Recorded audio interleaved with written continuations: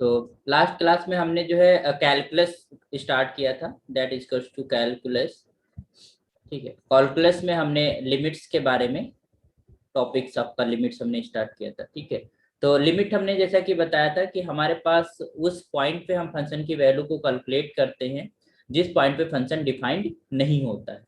तो हमारे पास पॉसिबिलिटीज हैं, certain conditions will be hold, है ना। वो कंडीशन क्या है कि हम लेफ्ट साइड से अप्रोच करें जो फंक्शन की वैल्यू आए, और राइट साइड से अप्रोच करें जो फंक्शन की वैल्यू आए, वो दोनों एग्जिस्ट करनी चाहिए और दोनों सेम होनी चाहिए। दैट इज योर, तो हमने डिफाइन किया था कि left hand limit that is equals to left hand limit that is defined for the same positive h which is h is tending to 0।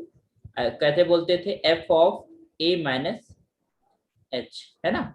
और जहां पर पॉइंट हम किस पॉइंट पे फंक्शन की वैल्यू देख रहे हैं, that is equals to at a, है ना। तो we are finding the limiting value of the function at point x is equals to a।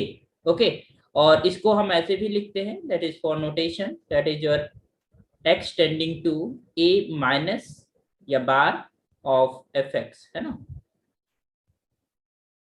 Okay, तो इस तरीके से हम इसको लेफ्ट हैंड लिमिट बोलते हैं। इसी तरीके से राइट हैंड लिमिट, मतलब हम राइट तरफ से अप्रोच करें और फंक्शन की वैल्यू देखें क्या आ रही है, that is called limit is h tending to 0 f of a plus h।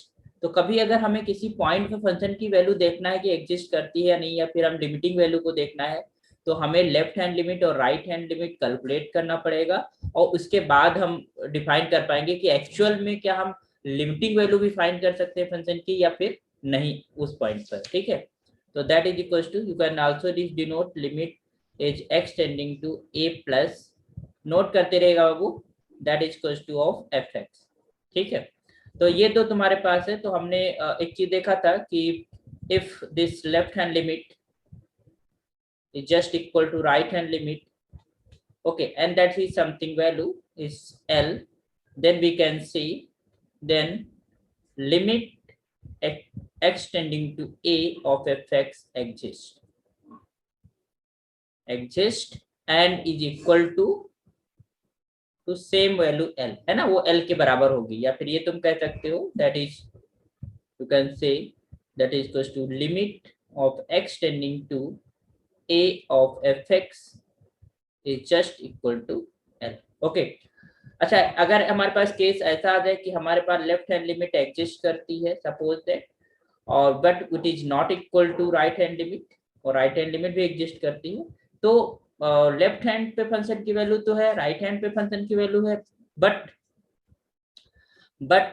जो है तुम्हारे पास वो इक्वल नहीं है, और उस केस में हम फिर नहीं कह पाएंगे कि फंक्शन की वैल्यू कोई आएगी उस पॉइंट पे या लिमिटिंग वैल्यू भी एग्जिस्ट करेगी। तो in this sense you will say, then you can say this limit does not exist, है ना। इसका मतलब लिमिट एग्जिस्ट नहीं करती, या limiting value of the function at that point is does not exist at, अगर हम पॉइंट x बराबर a लेके चल रहे हैं। ठीक, यहाँ पर देखिएगा ये जो h लेते हैं, h is very small and is positive quantity, very small, इतना स्मॉल है कि tending to 0, it's a very small.